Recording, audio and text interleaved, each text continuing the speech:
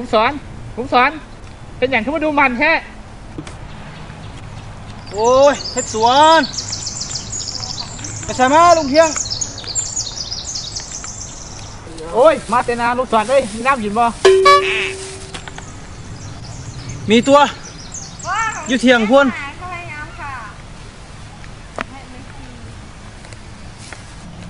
โอ้ยเมื่อยดิโอ้ยเมื่อยแค่ดิกินมีแหงดิ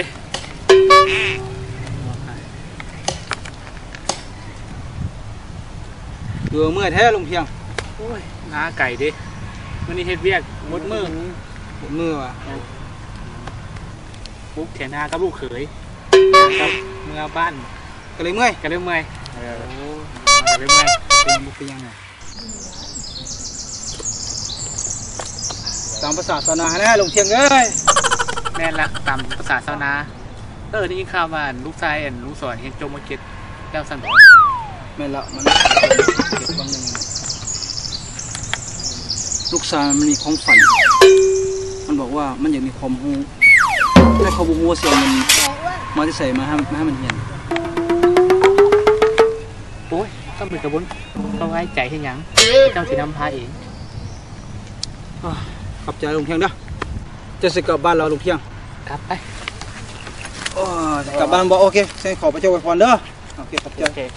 ใจให้หนุนใจค่อยโอเคค่อยเช็ดเรียกต่อก่อน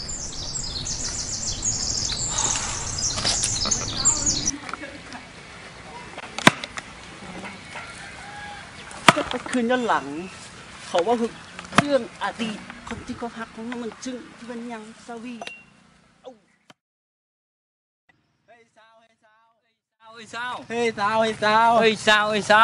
นางสุกังเชียวกูมาดูแท้กูก็ตัดปืนใส่คอเขามีแรงกินยาวคือที่ไปบ่ได้เสียวขอโทษหลายๆเป็นอย่างไรกูเขากินเบียร์บ่ได้นะยันพอให้มันจะเกี่ยงกับพ่อตัวพ่อเขาบ่ให้ออกบ้านเจ้านี่ให้เฮ็ดเรียกใส่พ่อเขานี่เรียกลา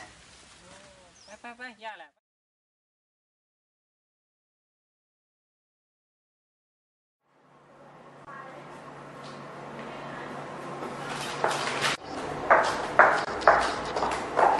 อาจารย์ขอบใจมื้อนี้มีนักเรียนไปแจ้งกับฟิวหลายวะโดยกระลาอยู่ประมาณ12 คนนี่แหละอาจารย์และเอกสารที่ไอ้ฝากเซ็นอยู่กระทรวงได้แล้วบ่ช่วงนี้เรียกหลายนะอาจารย์ลืมซ่อมเดี๋ยวสั้นเจียวไปส่งให้ตอนประมาณ10 โมงเด้อสั้นไปเรียกกันเรื่องอันนี้นะไปเลย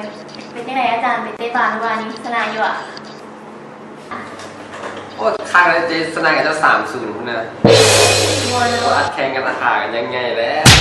อาจารย์ก็ยืดเถิมร้ายพักผ่อนแน่เราไปรอบ่าวอะไรยังฟิตอยู่